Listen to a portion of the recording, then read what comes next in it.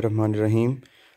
आज के इस लेक्चर में हम पढ़ेंगे मोटिवेशन थ्रू जॉब डिज़ाइन। इससे पहले आपने हाइजीन थ्योरी पढ़ी थी, हर्ट्ज़बर्ग्स मोटिवेशन थ्योरी, जिसके अंदर आपने देखा था कि कुछ फैक्टर्स होते हैं जिन जो अगर हों तो आप डीमोटिवेट नहीं होते, आप मोटिवेटेड रहते हैं।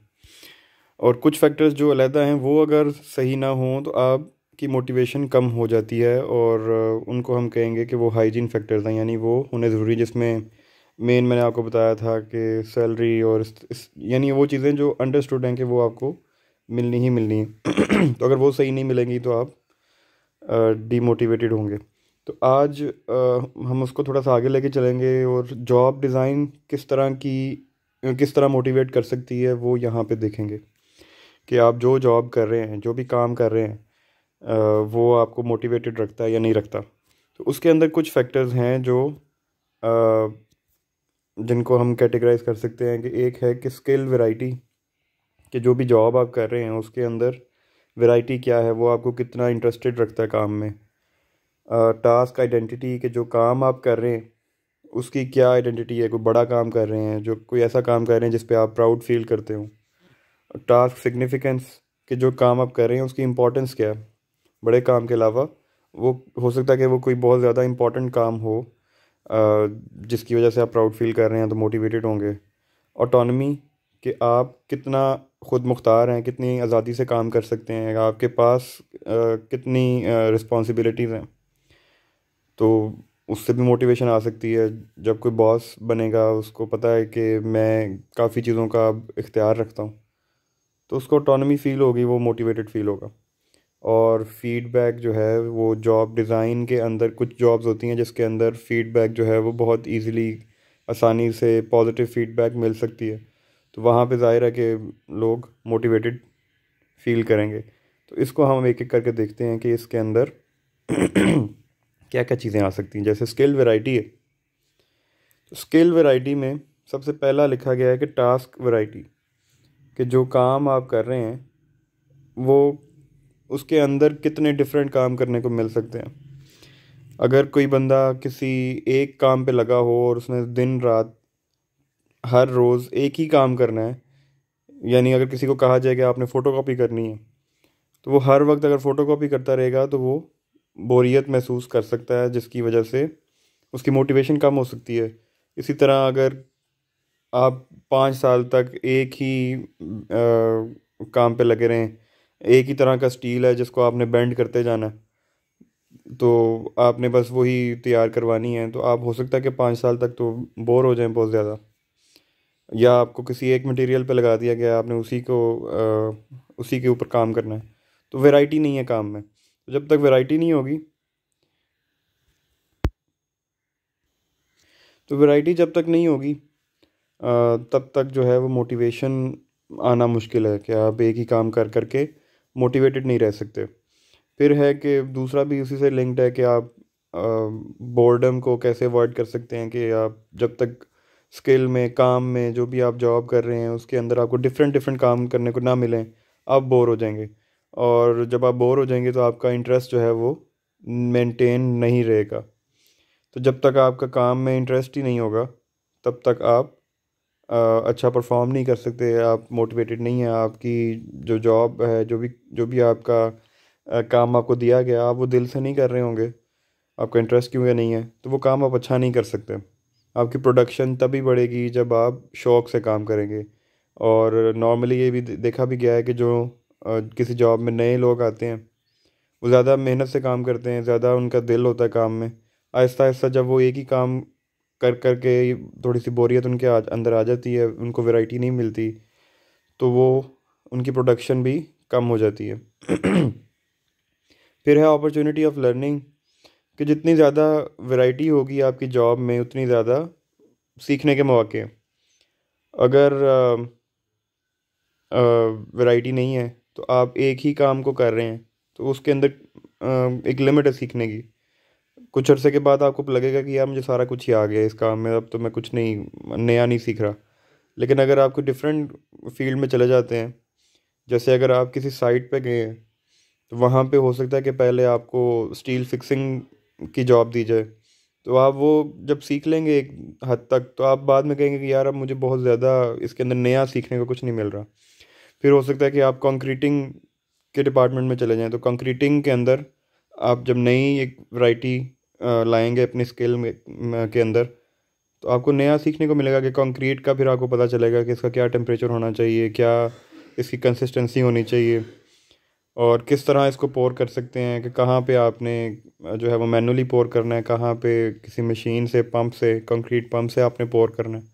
इसी तरह अगर आप कारपेंट्री में चले जाते हैं कि फॉर्म वर्क कैसे बनेगा, तो आपको वहाँ पे नया सीखने को मिलेगा। लेकिन अगर आप किसी एक जगह पे हैं, आपकी वैरायटी नहीं है स्किल में, तो आपको अपॉर्चुनिटी ऑफ लर्निंग जो है वो लिमिट हो जाती है, रिस्ट्रिक्ट हो जाती है।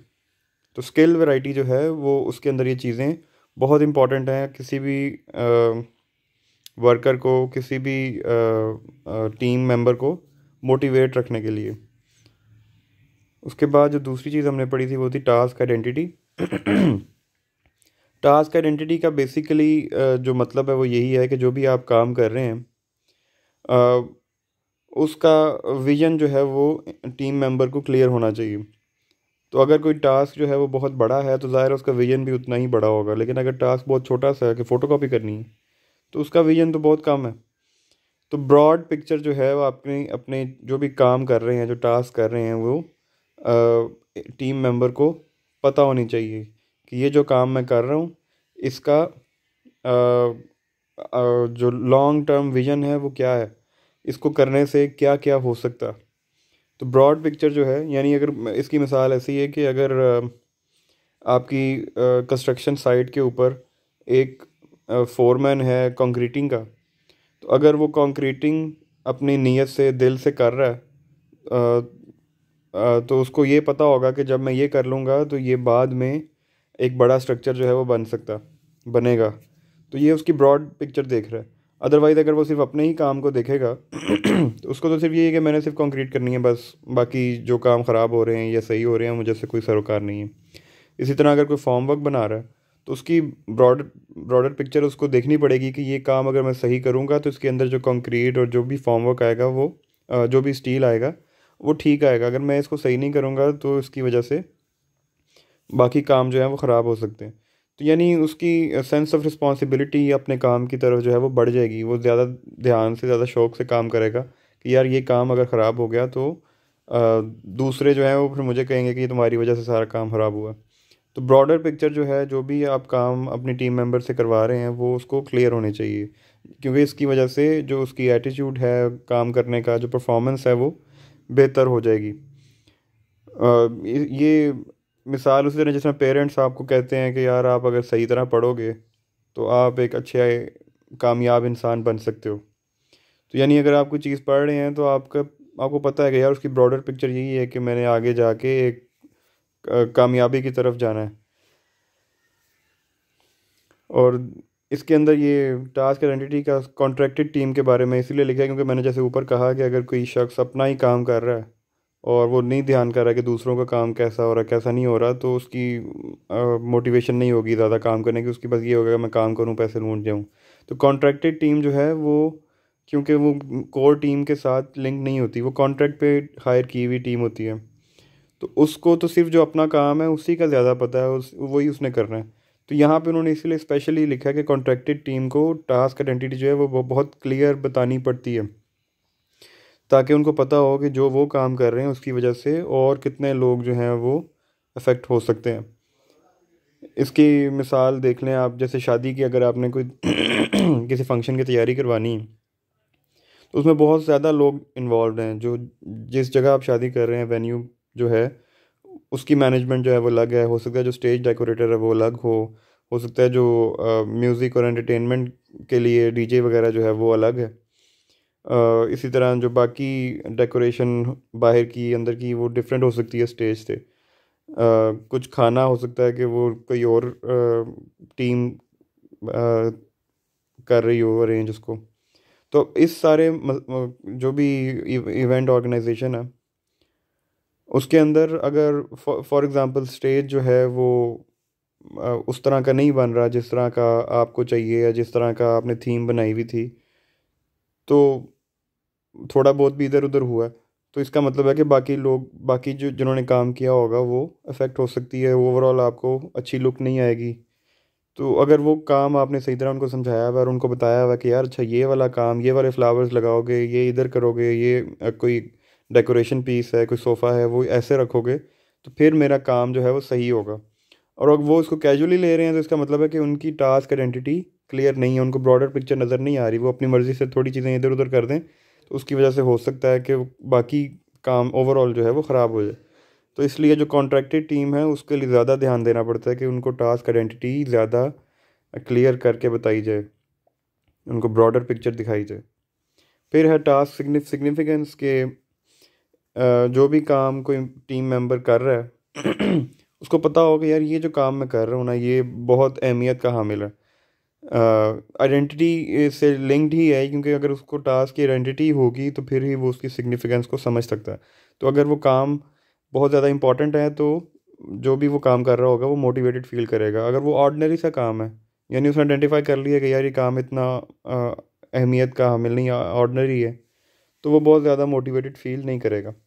तो जो बड़े काम हैं, जैसे कुछ लोग जो है आपने सुना होगा कि यार वो फ़लाँ प्रोजेक्ट पे था, तो इसका वो मतलब है कि वो प्राउड फील कर रहे हैं उस प्रोजेक्ट पे, क्योंकि उसको उनको पता है कि वो इम्पोर्टेंट काम था। जैसे कोई डैम पे काम कर रहा है, कोई नीलम झेलम के प्रोजेक्ट पर अगर किसी ने काम किया तो वो आपको बताएगा कि यार वो टनल्स थी और बहुत अच्छा प्रोजेक्ट था। किसी ने अगर तिरुवेला डैम पे कभी काम किया होगा तो वो आपको बताएगा। अभी जिस तरह recently orange line metro train पे आपने देखा है, अगर किसी ने इस पे काम किया, क्योंकि ये पाकिस्तान में पहली दफ़ा बनी है, तो अगर किसी पाकिस्तानी ने उसके ऊपर काम किया हुआ है तो वो प्राउडली फील करेगा और बताएगा कि यार ये काम मैंने किया। तो इम्पोर्टेंस ऑफ वर्क और जो उसने ख़ास रोल प्ले किया है वो उसको मोटिवेटेड रखा होगा उस काम करने के दौरान में उसने। और इसका जो क्वेश्चन उन्होंने लिखा हुआ कि can I make a difference, तो जब इम्पोर्टेंट काम कर रहे हों तो आप अपने आप से पूछते हैं कि यार, अपने आप से सवाल करते हैं कि यार अगर मैं ऐसा करूं तो क्या काम ये बेहतर हो सकता है। तो यानी अगर आपकी कुछ करने से काम बेहतर हो रहा हो तो आपको मोटिवेशन होगी, आपका दिल करेगा कि यार मैं भी अपना रोल प्ले करूं। तो टास्क सिग्निफिकेंस जो है वो भी एम्प्लॉयर्स को चाहिए कि अपने टीम मेंबर्स को बताएं, मैनेजर्स को चाहिए कि अपने टीम मेंबर्स को बताएं। और जो इम्पोर्टेंट पोजीशंस पे लोग हैं उनको पता होना चाहिए कि यार हमारी पोजीशन इम्पोर्टेंट है तो हमें उसके लिए मोटिवेटेड होके काम करना पड़ेगा। अगला इसके अंदर है ऑटोनमी। ऑटोनमी का मतलब कि आज़ाद हैं आप, खुद मुख्तार हैं। आज़ाद नहीं कहेंगे, खुद मुख्तार कहेंगे कि आपको काफ़ी काम करने का इख्तियार हासिल है। जैसे अगर आप अपनी हमारी ऑर्गेनाइजेशन में देखें तो एक सब्जेक्ट के लिए एक जो टीचर उसको पढ़ा रहा है वो काफ़ी हद तक ऑटोनमस है, वो उसका फ़ैसला कर सकता है कि वो मैंने कैसे पढ़ाना है, उसके अंदर मैं क्या चेंजेस करूँगा। लेकिन अगर पूरे डिपार्टमेंट में कुछ चेंजेस करनी है तो उसके अंदर उसकी ऑटोनमी जो है वो कम है, वो बहुत कम हद तक अपनी इख्तियार जो है वो इस्तेमाल कर सकता है। इस तरह जैसे जैसे ऊपर जाते जाएंगे खुद मुख्तारी ऑटोनमी जो है वो बढ़ती जाएगी। तो जितना ज़्यादा कोई ऑटोनमस होगा उतना ज़्यादा वो मोटिवेटेड फील करेगा। ये अ, आसानी से समझ आने वाली बात है कि अगर कोई ऑटोनमस है तो उसको फ़िक्र नहीं है कि यार मुझे कोई कुछ कहेगा, या अ, उसको बहुत ज़्यादा डर नहीं होगा। तो जब डर नहीं होगा तो वो मोटिवेटेड होगा। तो ये प्रोफेशनल्स के लिए स्पेशली कहा गया है कि जो ऑटोनमी है वो उनको मोटिवेटेड फील करती है, क्योंकि उनको पता है कि यार ये काम हमें आता है, हमने इसको प्रोफेशनल तरीके से करना है। तो वो उनको कोई इधर उधर से मेडलिंग नहीं हो रही, कोई इधर उधर से इंटरफेरेंस नहीं है। तो फ्रीडम, इंडिपेंडेंस एंड डिस्क्रिशन के उनको आज़ादी है काम करने की, उनका स्वाबदीद है। डिस्क्रिशन का मतलब स्वाबदीद है कि वो कोई भी काम कर सकते हैं या नहीं कर सकते, उनके फ़ैसला करने का इख्तियार उनके पास है। तो वो मोटिवेटेड होंगे। और जब इस तरह होगा कि वो ऑटोनमस फील करेंगे अपने आप को तो उनकी क्रिएटिविटी जो है वो बढ़ेगी। जो कि नॉर्मली हम कहते हैं कि आर्टिस्ट जो हैं वो बहुत ज़्यादा क्रिएटिव होते हैं, क्योंकि आर्टिस्ट जो हैं वो काफ़ी हद तक ऑटोनॉमी फील करते हैं। वो किसी के अंडर काम नहीं कर रहे होते, वो किसी के कहने पे काम नहीं कर रहे होते। और ख़ास तौर पे जब आपने देखा है कि कोई आर्टिस्ट अगर किसी के कहने पे कोई काम कर रहा है तो वो हमने फील किया कि वो उतना अच्छा नहीं करता जितना वो अपनी मर्ज़ी से करे तो वो करेगा। तो क्रिएटिविटी जो है वो ऑटोनॉमी से बढ़ती है। और ओनरशिप लेते हैं कि जब कोई बंदा ऑटोनमसली कोई डिसीजन कर रहा है ख़ुद मुख्तार होके, तो वो उस डिसीजन को, उस फैसले को ओन करेगा, उसकी ओनरशिप बढ़ेगी। और अगर उसने कोई फ़ैसला किया है कि यार आज मैंने ये वाला प्रोजेक्ट शुरू करना है, क्योंकि वो ऑटोनमस है, वो कर सकता है फ़ैसला, तो वो उसको ओन करेगा कि यार ये प्रोजेक्ट मेरा है। कोई किसी के कहने पे करेगा तो हो सकता है कि उसका उतना ज़्यादा दिल ना हो उस काम करने में, और इसीलिए कमिटमेंट जो है वो ज़्यादा हो जाती है कि अगर आप खुद ही कोई डिसीजन ले रहे हैं तो आपकी कमिटमेंट बेहतर होगी, ज़्यादा कमिटेड होंगे आप उस काम पे।